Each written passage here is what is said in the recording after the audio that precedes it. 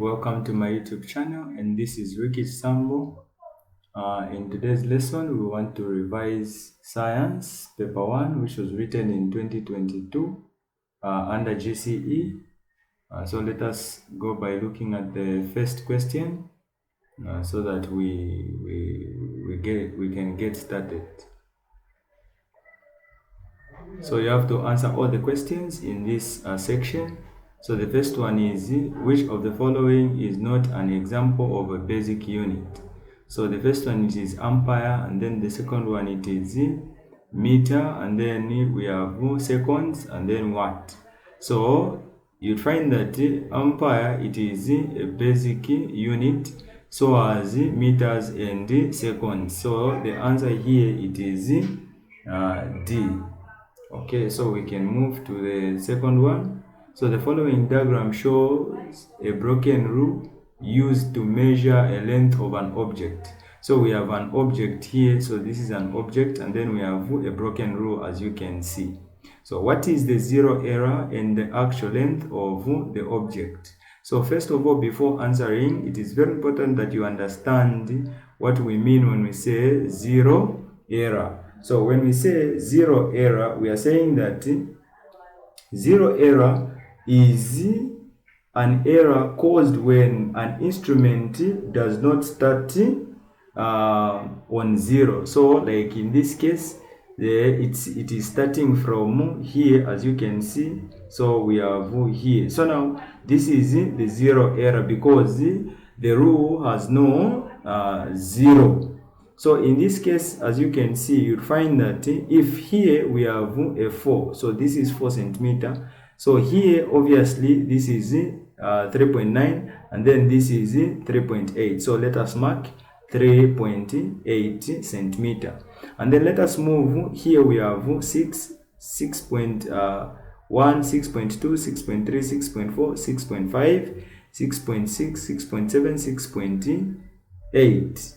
6.8. So we have here we have 6. So this is 6.8 centimeter. So now when you look at the measurements of the object, so you find that where it is starting from, that is 3.8, and then where it is ending, where the object is ending from, so we would find that this is 5.5, so 5.6, 5.7, 5.8, and 5.9. So we have 5.9. Now, how do we find the zero error or the actual length? So how do we find these, what we're talking about? So you mark where the object is ending from. So in this case, that is 5.9. So you subtract where it was starting from, which is 3.8. So minus 3.8. So the answer that you're going to have when you subtract, you're going to have a 2.1. So 2.1 centimeter. So you look at what you have. So this is now the actual length of an object. Now the zero error, where the rule is starting from.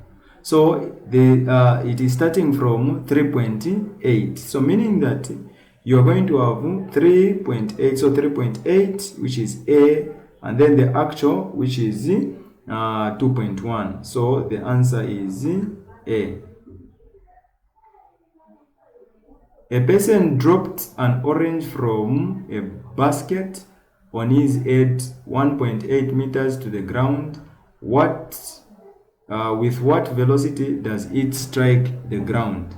So there are certain things that you have to identify. So meaning that we have number one, velocity. So velocity is what we've been asked. So we have velocity, and then what else do we have in the question? So we have which is the height. So we have h, which is the height there. So velocity we don't know, and then the height, that is 1.8. What else do we have? What else? So a person dropped an orange. So meaning that we have the gravitational force, which is constant, which is 10 there. So now we're going to find a formula that will have height and that will have the gravity there. So now you'd find that would use this formula, which is, so velocity is equal to, so the square root, which is 2,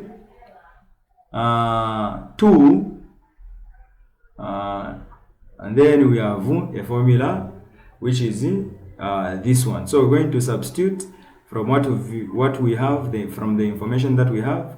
So we have 2, so we're going to multiply 2 times 10 times 1.8. So when we have 2 times 10, that is 20, times 1.8. So when we multiply, and then we're going to have 36. So we have 36. So meaning that the square root for 36 is what? Is 6. So don't forget the units, because that is velocity, so meter per second. So let us look at the answers that we have. So A, we have 0.6, B, we have 1.8, C, we have 6.0, and then D, we have 18.0. So the answer is C. So we can move to the other question. So we have question 4. The following graph shows how the speed of a car varies with time. So meaning that we have velocity against time. So this is where we find that is velocity against time. So when you move, or a graph, when you see a graph which is like this, so it means that there is increase or constant increase in what? In acceleration.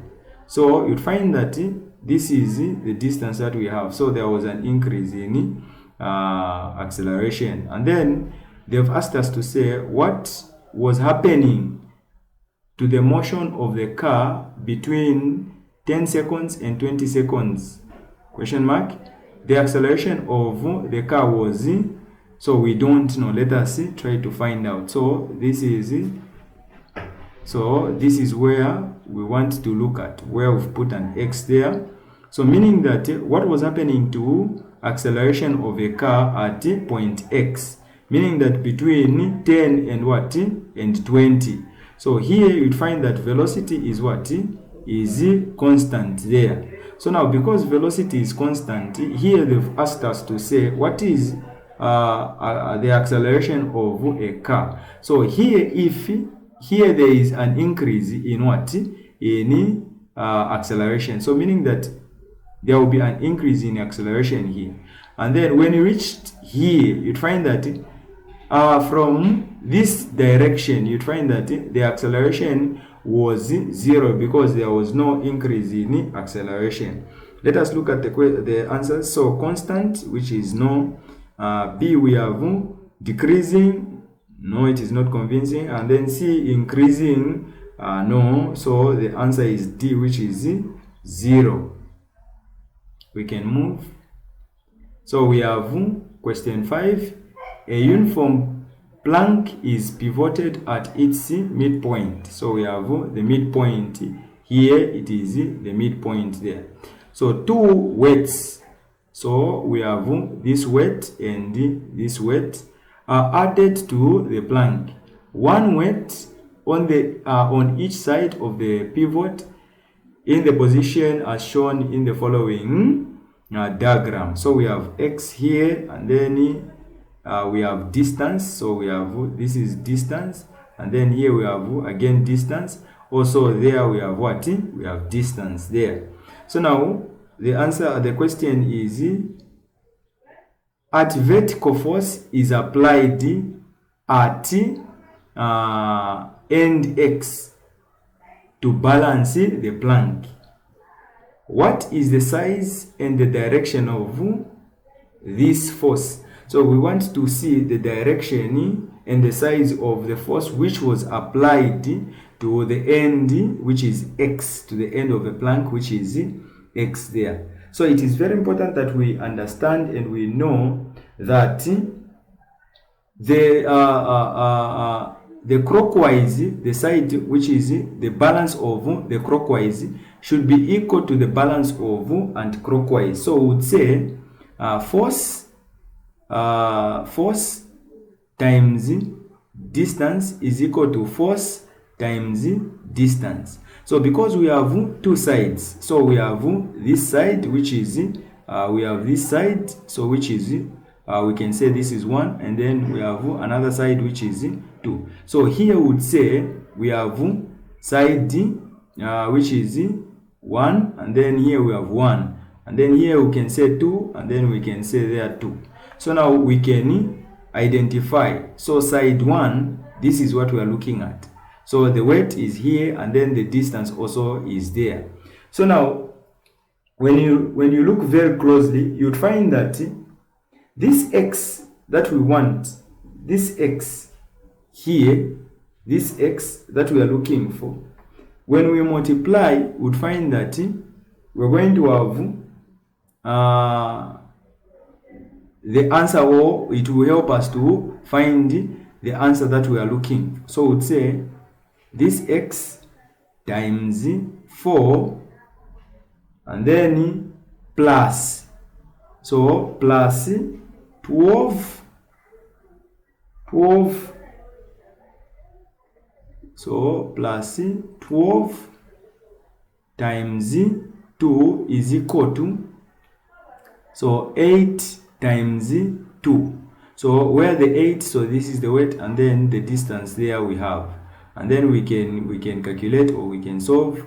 When we multiply, we're going to have the 4x there, and then we would say plus, so 12 times 2, so 12 by 2, so we're going to have 24 there, and then is equal to, so we have 8 times 2, so 8 times 2, we have 16 there. So now when we reach there, we're going to say 4x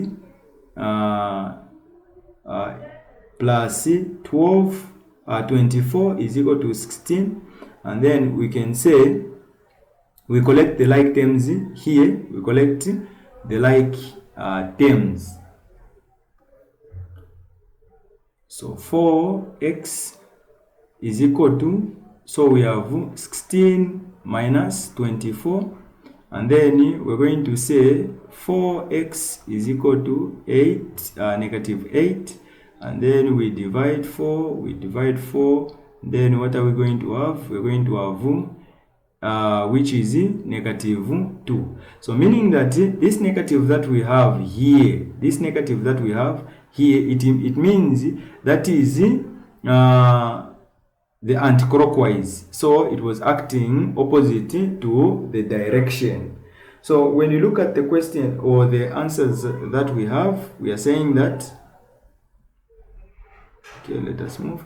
So we are saying that A, it is 2.0, which is downwards, and then B, we have 2.0, which is upwards, and then we have C, which is 4.0 downwards, and then we have 4.0 upwards. So here the answer is B, which is 2.0, and it was upwards. So that is the answer there. Let us move to the other question.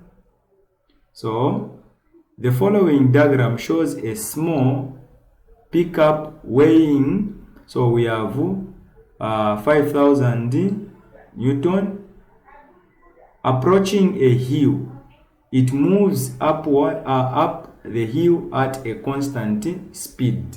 So we have here, we have, this is the height, which is 10 meters, and then we have the distance, which is 200 meters, and then we have 500 newtons there. So if the gravitational field strength is 10 newtons per kg, so calculate the work done in moving the pickup up the hill. So this pickup to be here on the hill there. So now, what are we going to do there? So what are we going to do is this. Now, if the gravitational force, so we have the gravitational force, and they've told us to say calculate work done. And we know the formula for work done. We're saying that work then is equal to, so we have F times D. So we have F times what? Times D. So now in this case,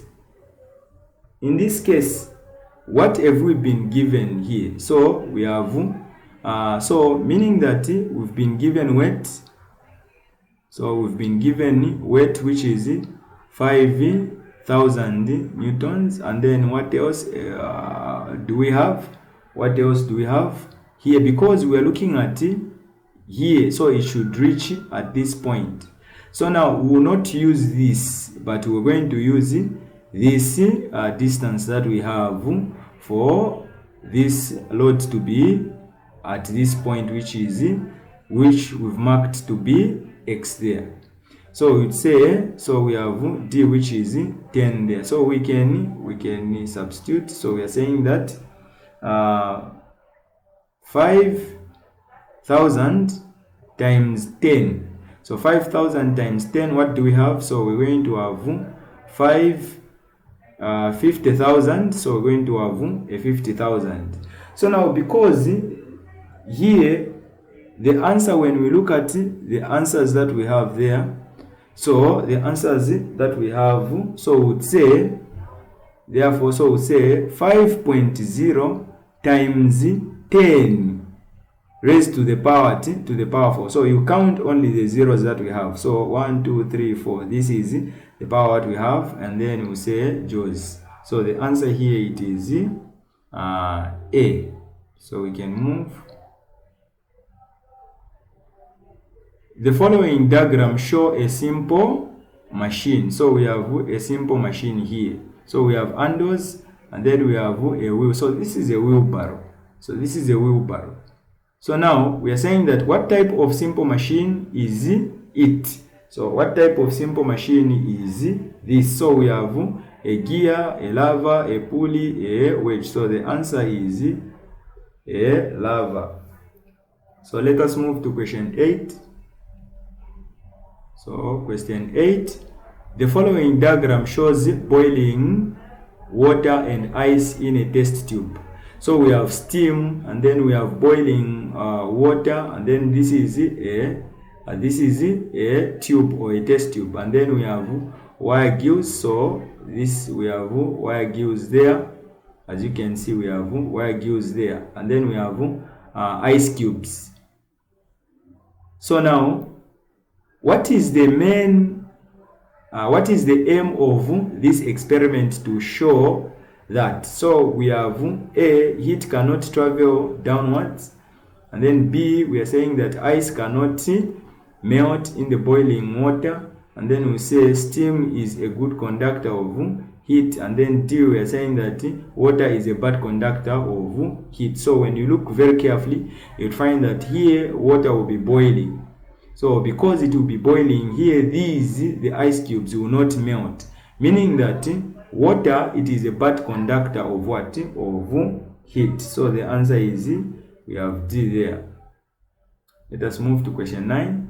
So which of the following equation best describes Charles' law of thermodynamics? So we have thermodynamics. So now here, the most important word that we have to concentrate on is the Charles what? The Charles law. So now to find this, you find that when you look at the formulas that we have, so A, we have Vt is equal to K, and then we have Vt is equal to K, and then PV is equal to K, and then we have D is equal to what? Is equal to K.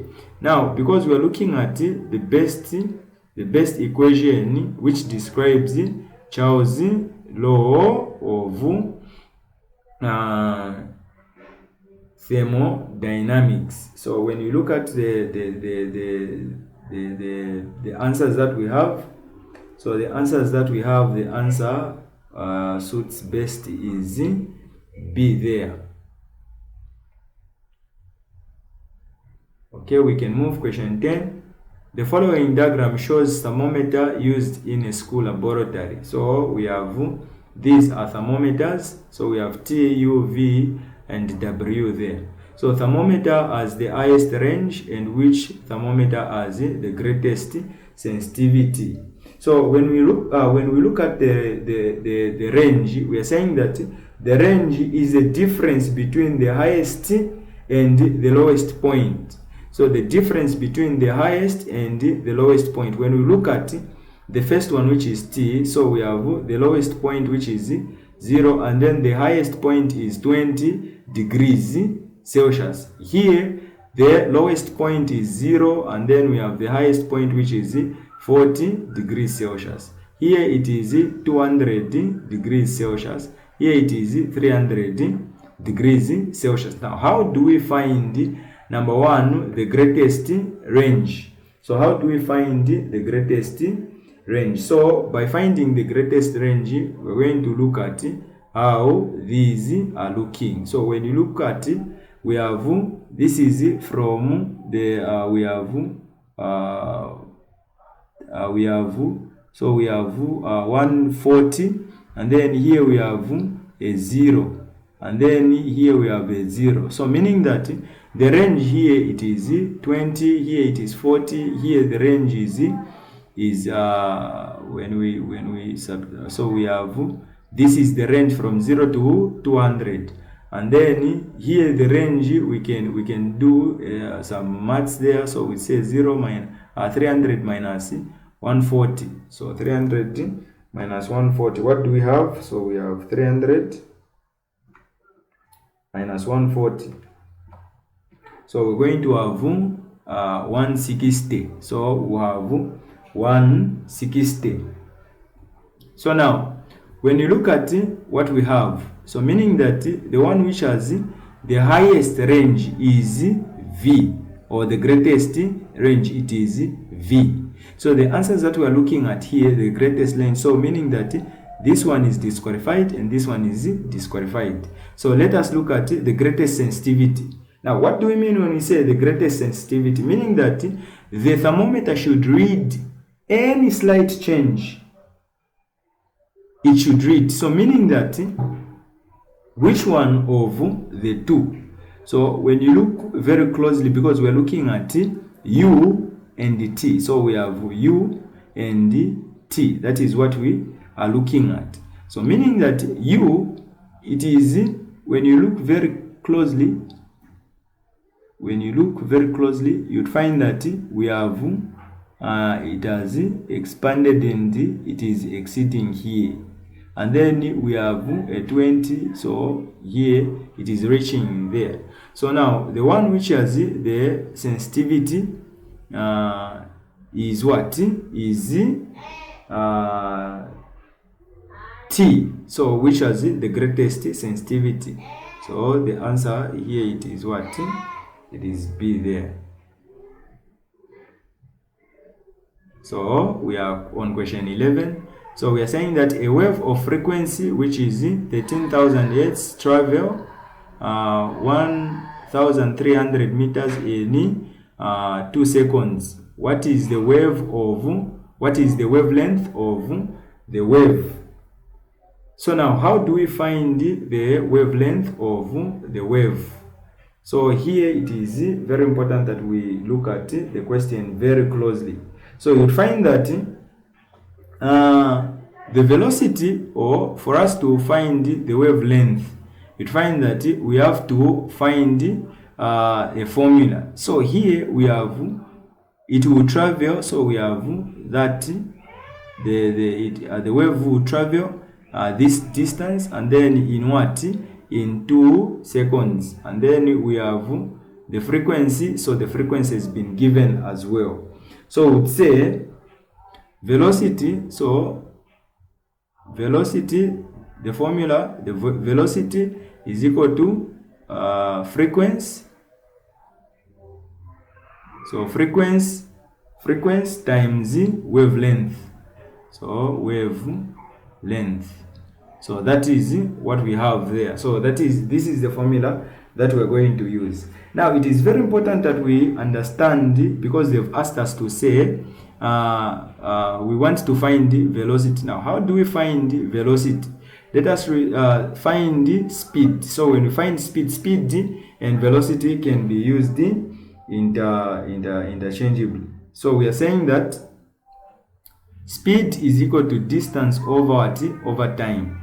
So here, let us find distance. So distance we've been given, which is 1,300 over what do we have? Time we've been given, which is 2 there, and then 2 into 13, that is 6. Remainder 1. 2 into 10, that is 5, and the 0 we add it there. So we have 650 meter per second. So this is the speed.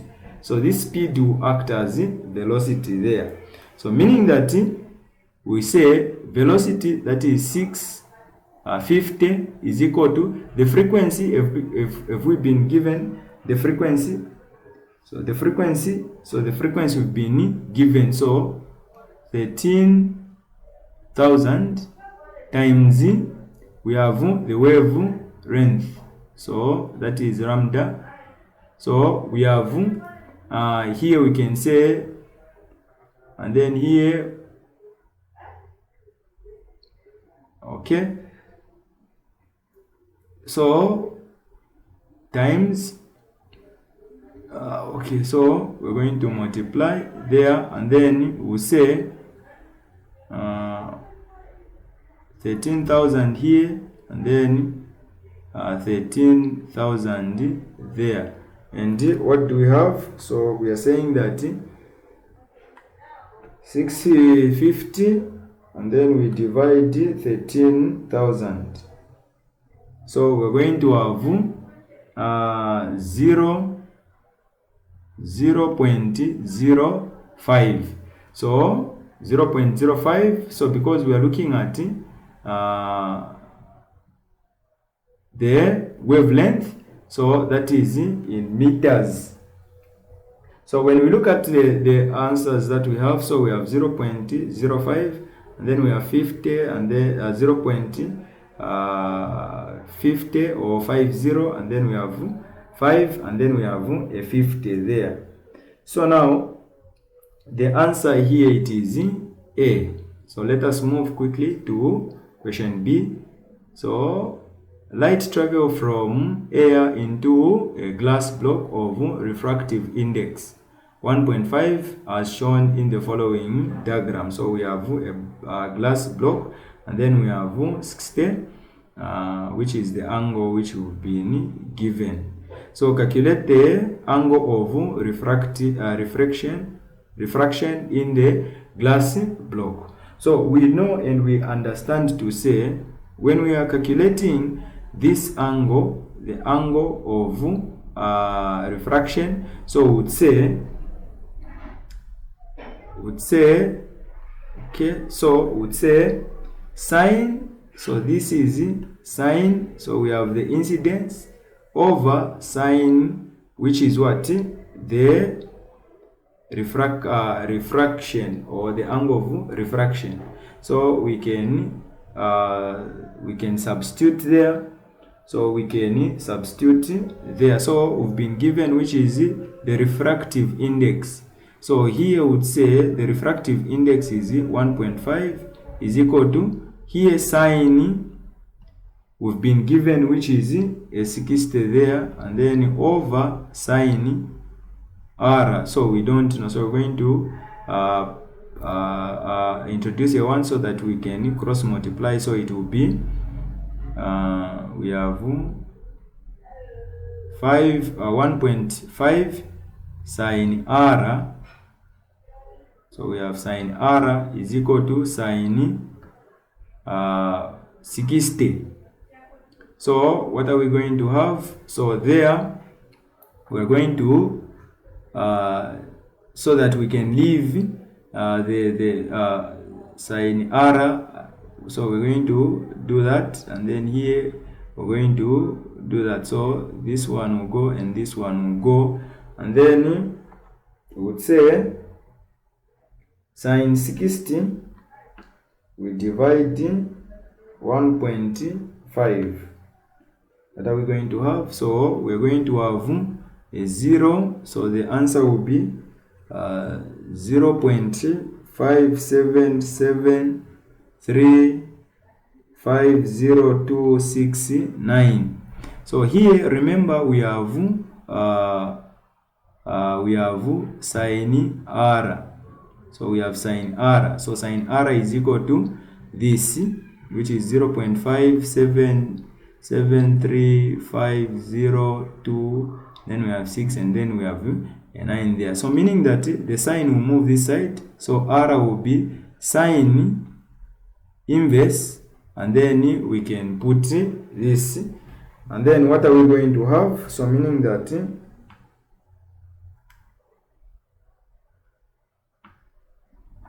what are we going to have there? So we're going to have a 25. So the answer is D there.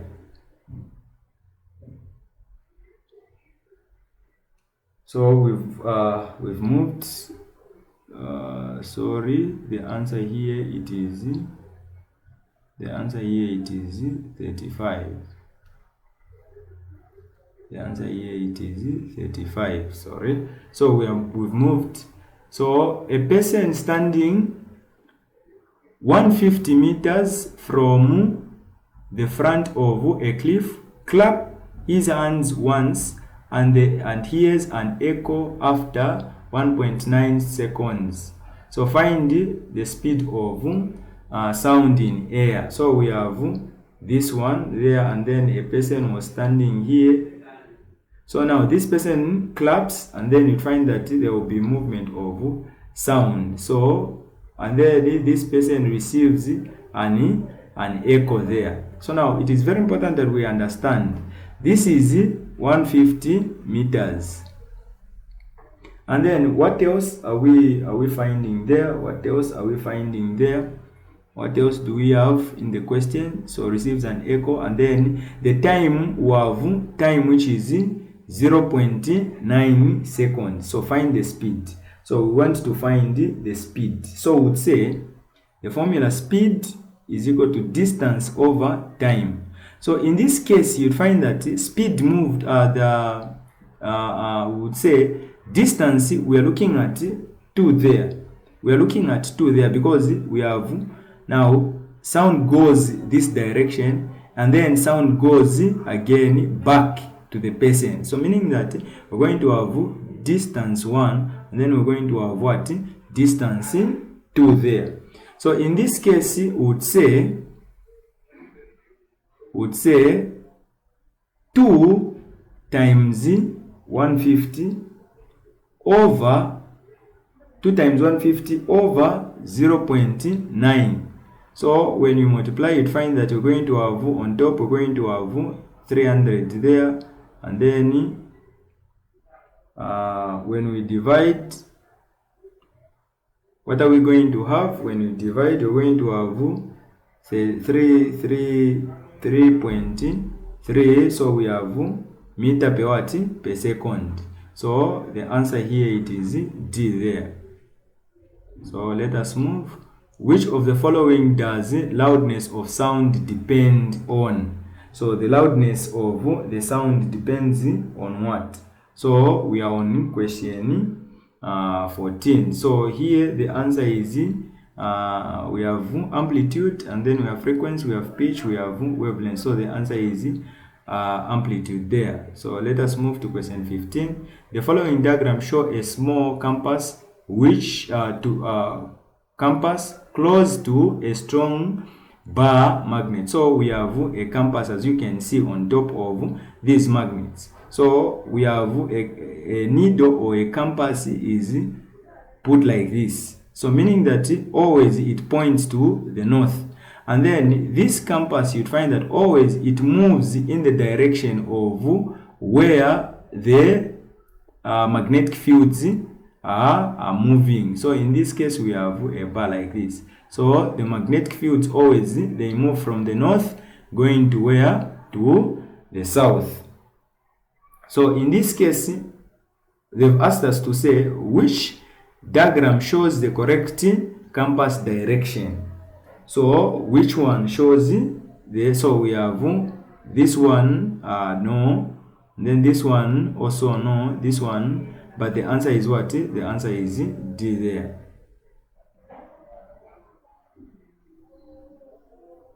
A negatively charged rod is held close to but not touching an insulated metal sphere as shown in the following diagram. So this is a charged rod, so we have the negative there, and then we have a metal sphere. So this is a neutral metal, so which diagram shows a correct charge distribution on the sphere. So this is what we are looking at. So meaning that in here in the metal, so you find that you have positive and what? And negative charge. So meaning that here we have equal positive and negative charges in this metal, which is neutral here. So they've asked us to say, so we have a positive in A, we have positives one side, and then here we have positive, and then we have negatives, and then we have negatives, and then we have positives. So here we have negative. Now this charged rod will help us to identify the position of the positive what? The positive charged. So meaning that negative and positive, they will attract, while negative they will do what? They will repel. So meaning that here we have the positive here, and then here we're going to have the negatives there. So the answer there, it is what? It is B. So let us move. Which of the following circuit diagram shows all the three resistors in parallel? So we have A. So meaning that when we look at the resistors that we have here, so we have 1, 2, 3. So here we have 1, 2, 3. So meaning that the power or current will pass through this resistor, and then you'd find that it also passes through this resistor again here. So meaning that what we have, this one and this one, it is one and the same. Same applies with C. So meaning that these are not in parallel. So the one which is in parallel is D. Okay, so we can move. So 18, an ideal transformer has an input voltage of 12 volts and an output voltage of 240 volts. It has 200 turns in the primary coil. Find the number of turns in the secondary coil. So we want to find the number of turns in the secondary coil. So we would say voltage primary and then over voltage secondary is equal to number of turns where the primary over number of turns on the secondary. So we can substitute because we've been given, and then we'll see what we want to find. And then so we are saying that input, so input, that is the primary, and then we have the output, which is the secondary. So meaning that here the voltage will say 12 over, we have 240 there, so 240 is equal to, so number of turns on the primary, so we'd say number of turns on the primary is 2000 over number of primary on the secondary we don't have. That is what we want. So here you cross multiply, so we have 12 NS, which is when we multiply this, what are we going to have? So we're going to have when we multiply, so we say 240 times 200, 2000. So 240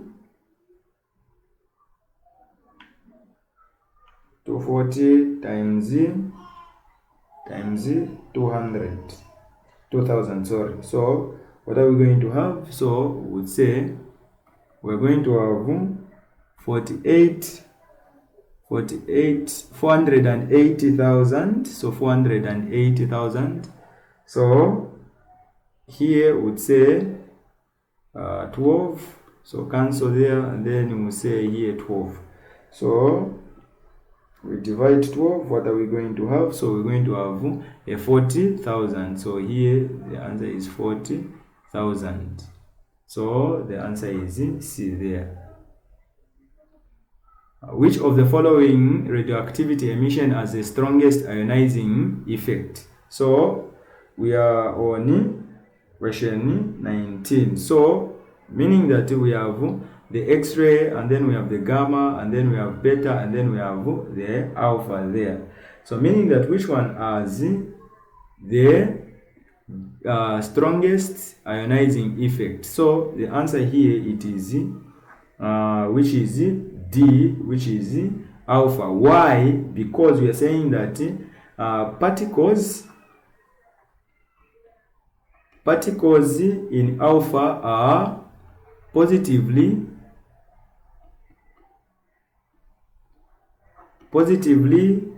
charged, and they are what? They are heavy. So they are heavy. So meaning that here, that is the answer that we have there. So question 20, we are saying that radium has a half-life of 1,600 years. So calculate the number of half-lives it will undergo for a 100 grams mass to reduce to which is to reduce to 12.5. So meaning that we have 100 grams there, and then it should reduce to what? To 12.5 grams. So here you'd find that the half-life of this, the half-life or the half of 100 is what? 50. And then the half of 50 is what? Is 25. And then the half of 25, then it is this, which is 12.5. Now, when you look very closely, you'd find that from here to here, you'd find that this is 1. From here to there, that is 2. And then from here to there, that is what? That is 3. So we are saying that so half-lives it will undergo for this period. So we are saying that the answer that we have there, it is A, which is 3. So let us move. Okay, so we are in section B. So section B, we are saying that figure 1.1 shows a simple pendulum suspended on a clamp stand for determining the periodic time. So this is a pendulum. So we are saying that if a bulb is moving from this C and then comes back to A, that is what we say, that is one what? Oscillation there. So now here we've been asked a question to say what is meant by periodic time of a simple pendulum. So we want to know the periodic what? The periodic time. So periodic time, this is what I was talking about, where you find that a bulb moves from C and then it comes back to A again. So that is a complete oscillation. So in this case, we are looking at the periodic time. So now when we say the periodic time, we are saying that this is the time taken. This is the time taken to make a complete oscillation. Okay, so we can move. State 2 factors that do not affect the period of a pendulum. So a pendulum will not be affected by, number 1, would say the amplitude. So the amplitude, and then the other one, we are saying that the mass of the bulb. So don't say the bulb, you just say the mass of the bulb. So these two will not be affected. So we are saying that this experiment is done on Earth and repeated on Moon. So what would the period time be higher? So they've asked us to say where will the time be what? Be higher. So between the Earth and the Moon. So you find that the mass in the Moon, it is 1.6, about 1.6 newtons per watt per kg. And then here on Earth, you'd find that that is what? That is 10 newtons per kg. So now you'd find that this, where would the period time be higher? So definitely when you look at the information given, this simple information given, you find that it will be where? On the Moon. So justify your answer. So to justify the answer, so would say this is because the acceleration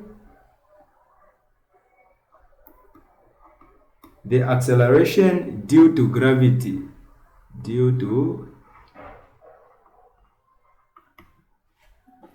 is less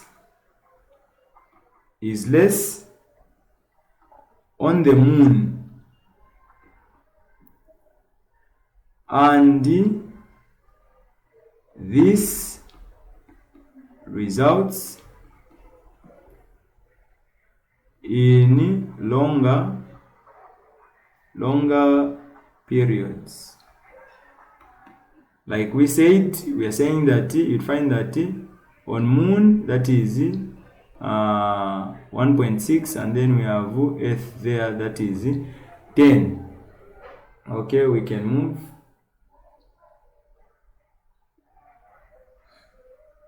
So figure 2.1 shows an apparatus, and we have a learner, used to measure the mass of an irregular object. So this is an irregular object, and then we have the balance. So here, and then this is 350 grams. What is the weight of the irregular solid? So we can say, how can we find the mass of the irregular object? So we'd say weight is equal to, so we have mass, and then we have, this is the gravitational force. So we'd say, so we're going to say mass, if we've been given mass, so yes, we've been given here. Now we're going to change this, we're going to change the mass. So we'd say, because this is in what? In grams. So we'd say 350 over 1000, and then what are we going to have? So we're going to have 0.35. So this is the mass that we have. So we are saying that we have 0.35 times 10. So we've been given this to take G as what? As 10. And then what are we going to have there?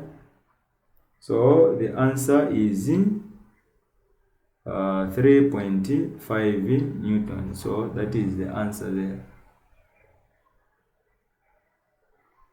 So a learner measures the weight of an object on top of the Mount Everest and also down the same mountain using the spring balance.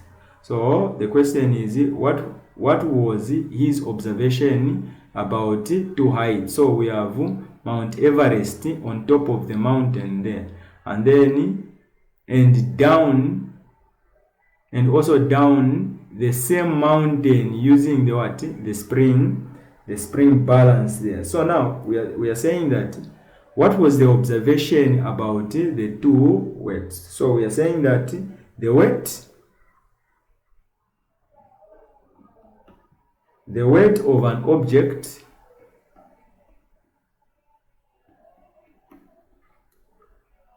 which is on top of the mountain top on top of the mountain was lesser than the weight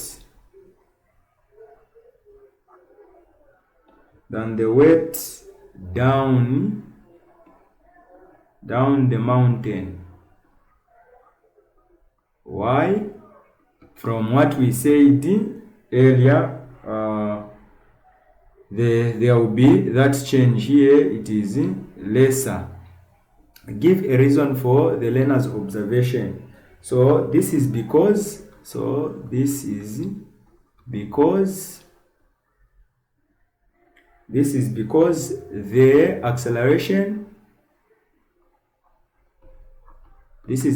the acceleration due to gravity so decreases with height. So it will decrease with what? With height, which is the altitude. So we can move.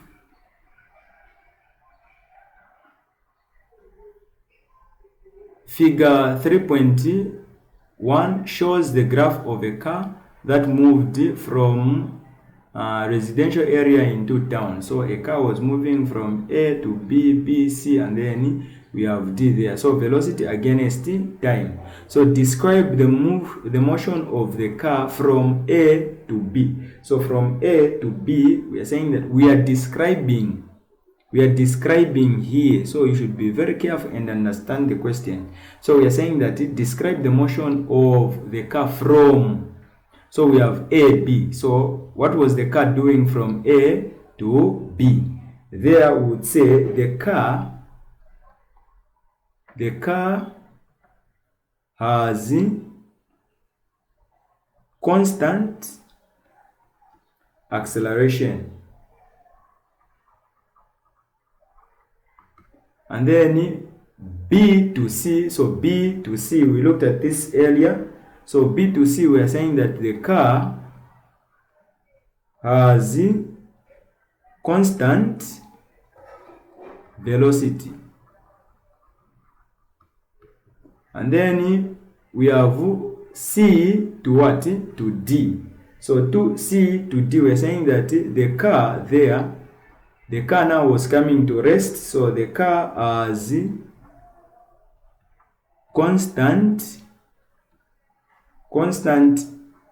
deceleration.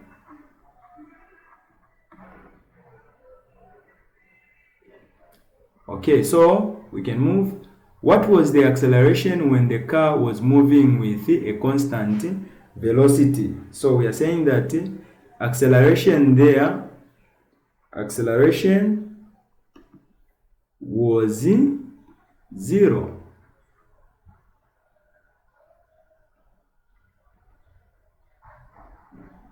Okay, so shows a seesaw balance with forces as indicated. So we have a seesaw. So when you look very carefully, you find that here we have 200 newtons, where we have 150, and then we have 110, and then we have X there. So the 200 Newton force is 2 meters from pivot. So we have 2 meters from pivot. The 150 force is Y. So 150 force, so the distance there we don't know.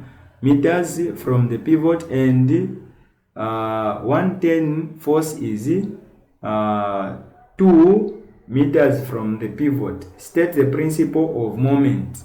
So the principle of moment, very simple this one. So the principle of moment is that the sum of clockwise moment is equal to the sum of anti-clockwise moment. So you are done with that one.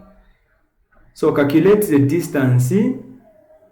So calculate the distance y. So we want to calculate the distance y. So we are saying, so the formula that we used earlier, so we are saying that, so we have the force, which is, so force times distance is equal to force again times what?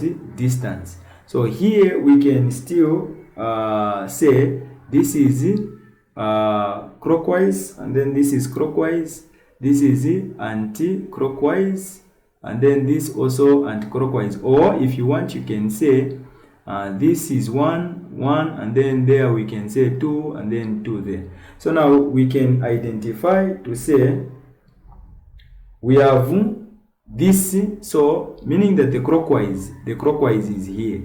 So we have this is the clockwise.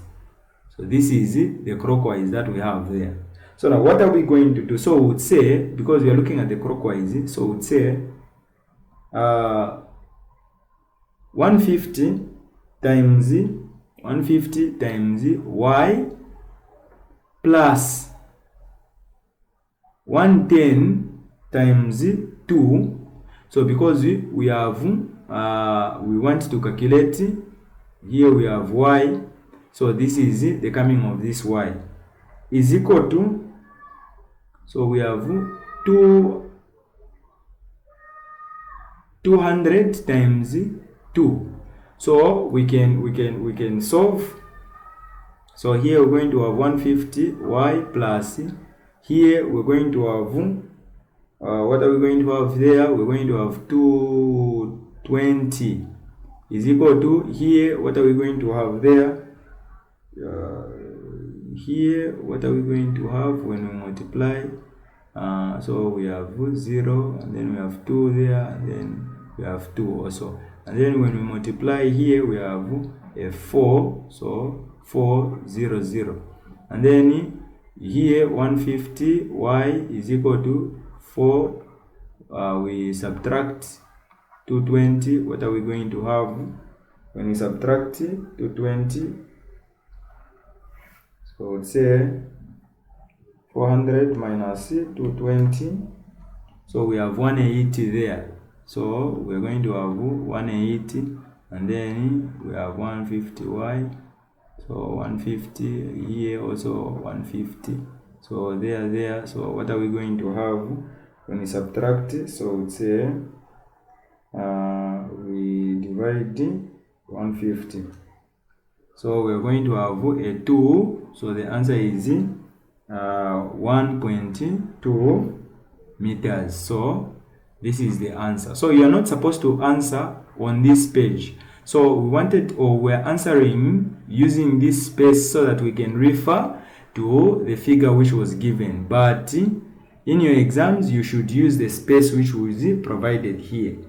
So let us find the force X acting upwards at the pivot.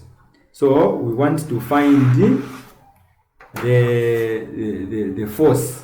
So how do we find the force? So the formula that we're going to use, we're saying total, so total upward force is equal to, so total downwards force. So in this case, upwards force, let us look at the figure. So the upwards force here, this is where we find X. So upward force there, that is X, and then the downward force, that is what we want to find. So we are saying that, okay, so X is equal to, so the total downward force, so we are saying that the total downward force is 200 plus 150 plus 110. So where are we getting these numbers from? So these are the numbers. So this is, we have 200 there, 150 there, and 110 there. So those are the numbers that we want to find. So when we look at the sum, we find that we're going to have 460, which is x is equal to, so we're going to have a negative 460. Why are we going to say a negative? Because that is the opposite direction. So the opposite direction. So that is the opposite, where we have, this is the downward. So that is the answer there.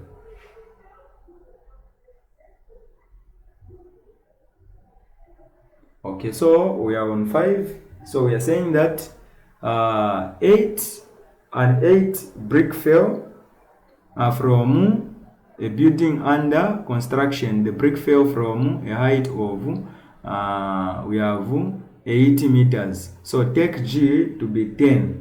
So calculate the potential energy. So just before it started falling. So we are saying that the formula potential energy is equal to, so we have mg, so which is mass, we have g which is given there, and then we have the height there. So let us substitute from what we've been given. So we are saying that we have 8 times, and then what else do we have?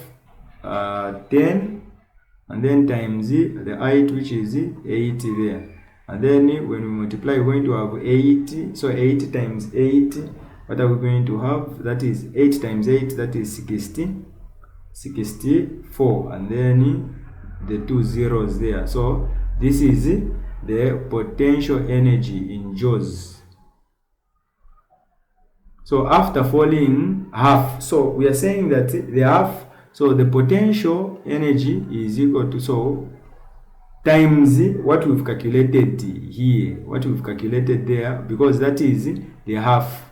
So we are saying that here we can do that, and then what are we going to have here? We're going to have 32. So 30. So we have, that is what we have. So joules. Okay, we can move. Calculate the kinetic energy of the brick after falling for 3 seconds. So we want to calculate. So the formula for kinetic energy is equal to kinetic energy. So we have half and then v squared there. So let us look at the data. So v is equal to, so v, and then we have what else do we have? What else? So we can say v. So if v is, okay, we can take it to say gravity by time. So in this case, we have 10 times 3, and then what are we going to have? We're going to have a 30, so meter per watt per second. So this one will help us to calculate or to substitute when it comes to velocity there, because we don't have. So 1/2, and then mass we've been given mass. So mass we've been given, so that is mass, we've been given mass in the question, so that is 8 there. So we can say, so times 8 times, okay, times 30 squared there. So here we can cancel, and then we're going to have a 4 there, and then 4 times 30 times 30. What are we going to have? What are we going to have? So we're going to have 3 joules there. So that is the answer. Let us move. What is boiling? So what is boiling? This is a very simple question. So what is boiling? So we are saying that boiling is the change. So boiling is the change of state, from liquid to gas, from liquid to gas at a constant temperature. So we can give an example of water. If water is boiling, or the boiling point of water is 100 degrees Celsius, you'd find that once water starts to boil, it will maintain the same temperature for water to change into gas. So that is an example of a liquid that we've given. So we are saying that B states two factors that affects the boiling point of a liquid. So we want to state two factors. Number one, the factor, it is pressure. And then the second one, it is temperature. Okay, we can move. Explain two differences between boiling and evaporation. So we are saying that boiling is at a fixed temperature,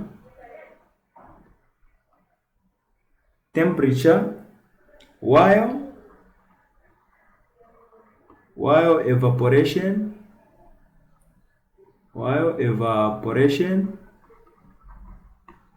evaporation occur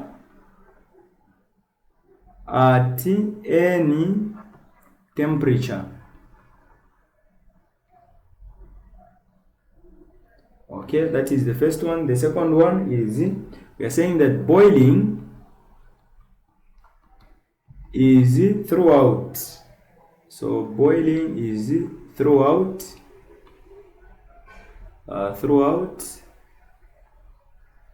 So it is throughout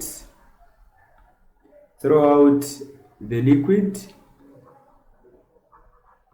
while evaporation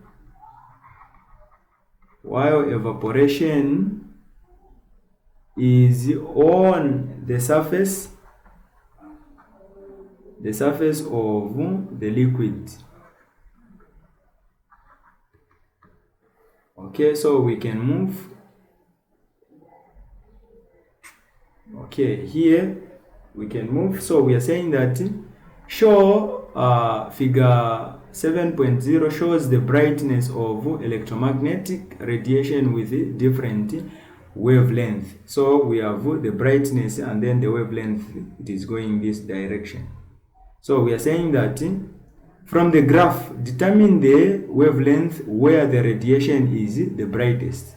So this is the brightest. So meaning that we want to look at it exactly, because it has been divided in two lines, as you can see there. So we have even there. So to determine where it was bright, so it is where, so if this is 0 or 1.0 times, and then we have here, so where it was brightest. See, so when we look very closely, you'd find that this is 1 point, so 1 point, so this is 1, and then here, so that is where it was brightest. So would say that is 1.2 by 10. That is where it was brightest here. So you just copy what is there, and then we can move. If the wavelength of the visible light rays are between, so we've been given this between 4.0 times 10 and then raised to -7 meters, and then we have 7.0 times 10 raised to the power meters. What is the name of the radiation in question above? So for you to find the radiation above, it is very important that you know how these the radiation are, or the wavelength of radiation. So you'd say the first one, you'd say radio waves, and then the second one we can say microwave, and then number 3 would say infrared, and then number 4 would say visible light, and then number 1, 2, 3, 4, number 5. So we are saying that ultraviolet, and then we have X rays. So and then we have the gamma ray. So meaning that you'd find that the longest wavelength would start from the visible light here. So this is where we would find. So starting from here, we would find that this is the longest or longer wave length. And then here, and then we have this is shorter.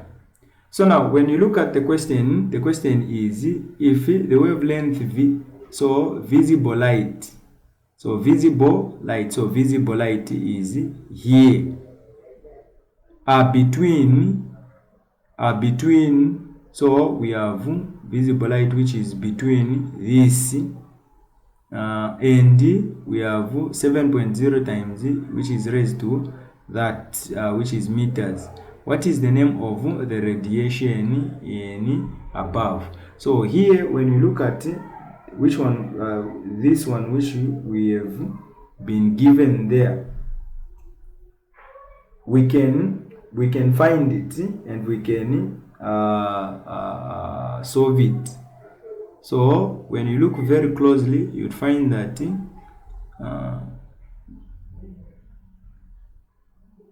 here it is 4 times 10 to raise to -7 meters, and then so meaning that it is between this, so it is between this range. So if it is between this range, which is closer, so which is closer to the visible. So here when you say which is closer, it is the ultraviolet and the infrared. Now here the ultraviolet is on the shorter side, but the infrared is on the what? On the longer side. So you'd find that here when you look at the wave here, you'd find that here it is 1.0. When you look at the height of the brightness there, it is very high as compared to here. So you'd find that the one that we have there, it is the infrared. So okay, so calculate the frequency of the radiation in the question above. So we want to calculate in the question above. So we are saying that velocity, because we are calculating the frequency there, so velocity we are saying that is equal to frequency, and then we have lambda there, and then let us find the frequency now, because frequency we haven't been given, but we've been given what? The velocity there.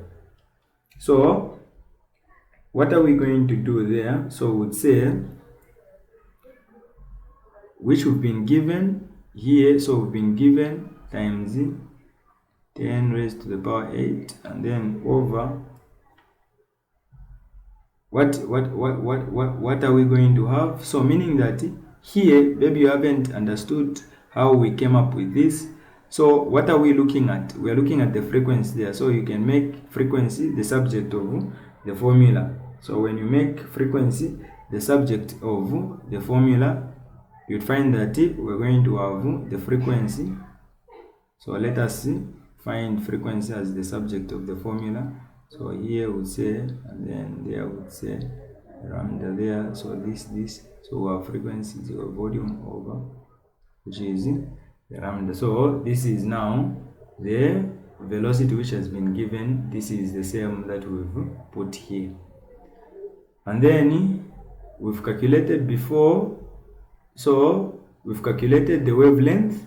So the wavelength we've calculated. So we're going to just get the wavelength that we've calculated to say 1.2 times 10 to the power 8 there. So would say here when we multiply, what are we going to have? So when you use a calculator to calculate, you'd find that we're going to have something like then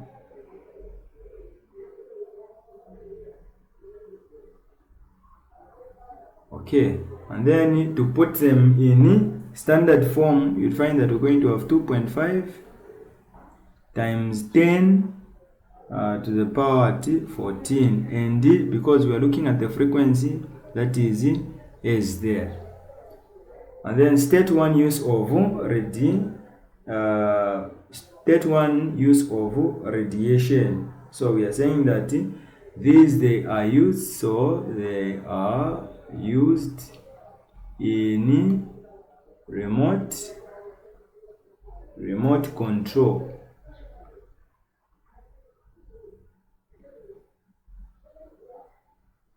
Okay, so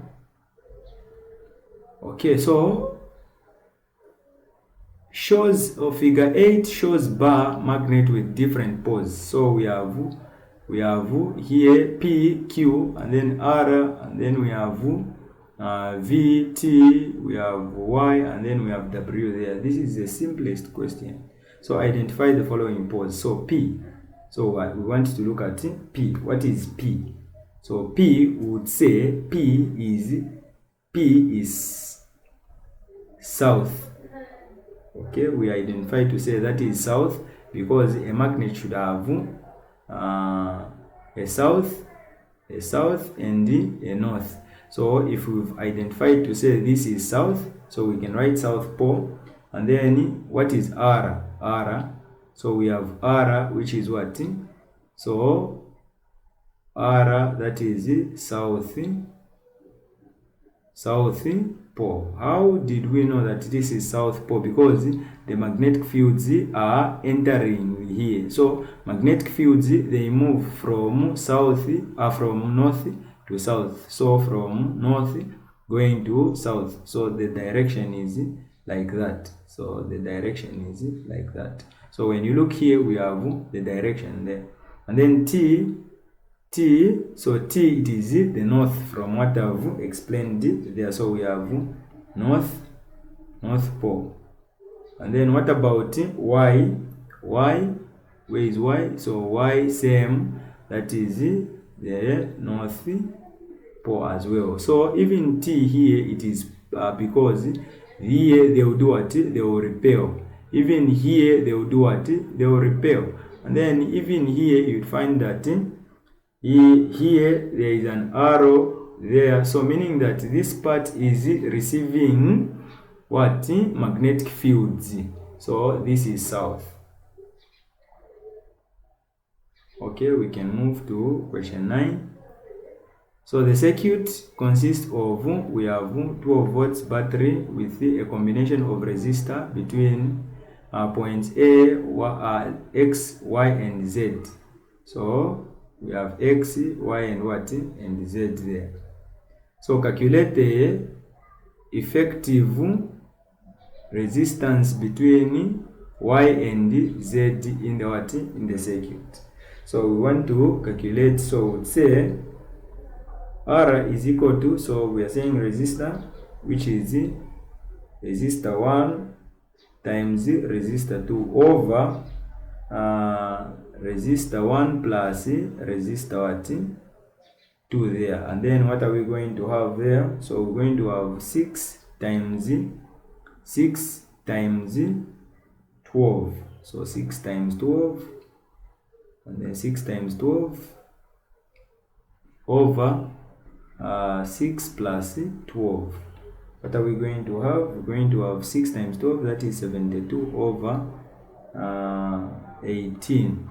And then we would say that is 4 ohms. And then let us move to B.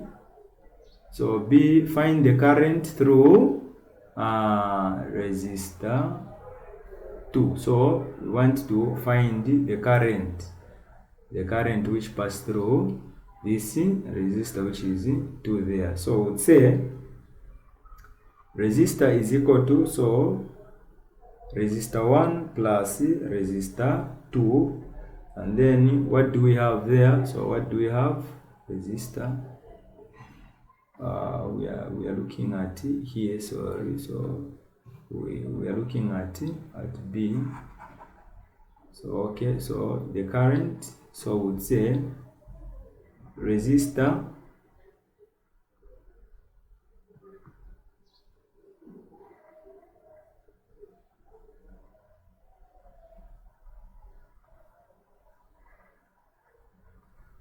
okay, so resistor, this is resistor, and then would say resistor 1 plus resistor 2, and then what are we going to have? Let us look at what we're having. So we have resistor, which is, we have 2 here, and then we have 4 there because we calculated 4 earlier. So we would say 2 plus 4, what are we going to have? So 2 plus 4, that is 6 ohms. So that is the answer there. Let us move to C. Let us move to C. So C, we are saying that C, calculate the voltage across 2. So we want to calculate the voltage. So we say V, we have current times resistor. So where is it? So we have current. Where is current? So do we have current there? So current, so we can calculate current. So we can calculate current. So we can calculate current. So we are saying that, how can we calculate current? So we are saying that current, so we have resistor there, and then we have we can make current as the subject of the formula. So we'll say there, and then there. So this. So we have that is equal to V, and then resistor, then 2, and then what do we have? Voltage, that is, so current. So where, okay, so let us look at very closely. So we have 12 volts there. So we have 12 volts. So we have, so we are saying that, so we have 12 over, so over 2, over 6, sorry. So over 6 here we calculated the current, so over 6. So we are saying that 6 into 12, that is 2A. So that is the current there. So we can say current because we've calculated there. So 2 by 2, which is the resistor, we calculated, or we find this is the resistor, which is 2. So we're saying that 2 by 2, that is 4 volts there. So thanks very much for watching.